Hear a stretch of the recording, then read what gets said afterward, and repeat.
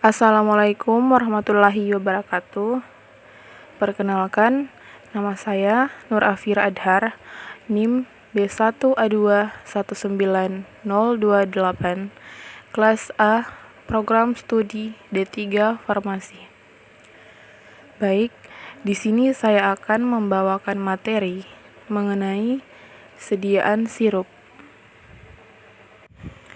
Baik, yang pertama, kita akan membahas mengenai pengertian cara pembuatan obat yang baik atau biasa disingkat dengan CPOB. Cara pembuatan obat yang baik merupakan suatu pedoman yang menyangkut seluruh aspek produksi dan pengendalian mutu, bertujuan untuk menjamin bahwa produk obat dibuat senantiasa memenuhi persyaratan mutu yang telah ditentukan sesuai dengan tujuan penggunaannya. Tujuan cara pembuatan obat yang baik atau biasa kita singkat dengan CPOB. Cara pembuatan obat yang baik bertujuan untuk menjamin obat dibuat secara konsisten, memenuhi persyaratan yang ditetapkan, dan sesuai dengan tujuan penggunaannya. Cara pembuatan obat yang baik atau CPOB mencakup seluruh aspek produksi dan pengendalian mutu. Baik, selanjutnya kita melangkah pada materi selanjutnya, yaitu sediaan sirup. Sirup merupakan sediaan cair berupa larutan yang mengandung sakarosa, kecuali dinyatakan lain. Kadar sakarosa tidak kurang dari 64,0% dan tidak lebih dari 66,0%. Sirup merupakan sediaan pekat dalam air dari gula atau pengganti gula dengan atau tanpa penambahan bahan pewangi dan zat besi. Sirup adalah larutan oral yang mengandung sukrosa atau gula lain yang berkadar tinggi, atau sirup simplex adalah sirup yang hampir jenuh dengan sukrosa. Kadar sukrosa dalam sirup adalah 64 sampai 66%, kecuali apabila dinyatakan lain. Sirup adalah larutan pekat gula atau gula lain yang cocok di dalamnya ditambahkan obat atau zat pewangi, yang merupakan larutan jernih berasa manis. Dapat ditambahkan gliserol, sorbitol, atau polialkohol yang lain dalam jumlah yang sedikit, dengan maksud selain untuk menghalangi pembentukan hablur sakarosa, juga dapat meningkatkan kelarutan obat. Selanjutnya, kita akan membahas mengenai jenis-jenis sediaan sirup. Jenis-jenis sediaan sirup ada 3, yaitu yang pertama, sirup simplex. Sirup simplex ini mengandung 65% gula dengan larutan nipagin 0,25%. 2. Sirup obat.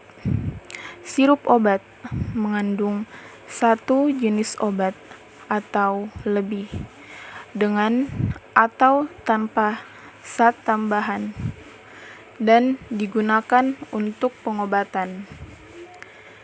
3. Sirup pewangi. Sirup pewangi ini tidak mengandung obat, tetapi mengandung zat pewangi atau zat penyedap lain. Tujuan pengembangan sirup ini adalah untuk menutupi rasa tidak enak dan bau yang tidak enak. Adapun proses pembuatan sediaan sirup. Proses pembuatan sirup ini dimulai dengan pencucian botol dengan menggunakan aqua demineralisata. Botol kemudian dikeringkan dalam oven double door, dan proses pencucian botol seluruhnya ditangani oleh bagian pencucian botol. Tahap selanjutnya yaitu pembuatan sirupus simplex, yang kemudian dicampur dengan bahan aktif dan bahan tambahan lain dalam mixing tank.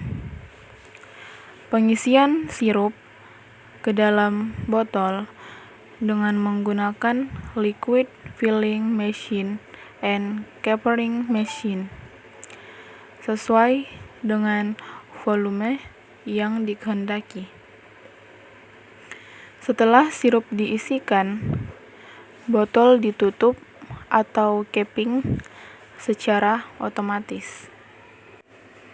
Selanjutnya yaitu pengawasan mutu pada pembuatan sirup. Pengawasan mutu pada pembuatan sirup ada 3, yaitu yang pertama, proses mixing atau filtrasi.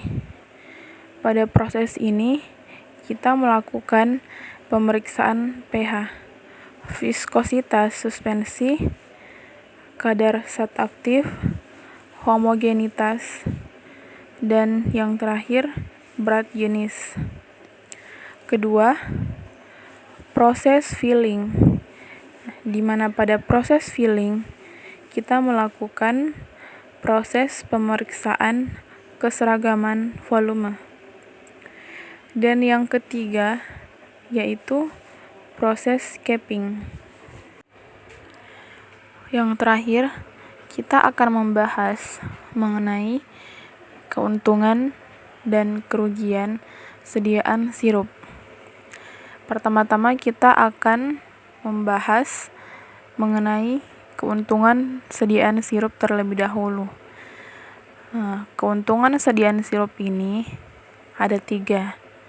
Yang pertama, sesuai untuk pasien yang sulit menelan atau pasien usia lanjut, Parkinson, dan juga anak-anak.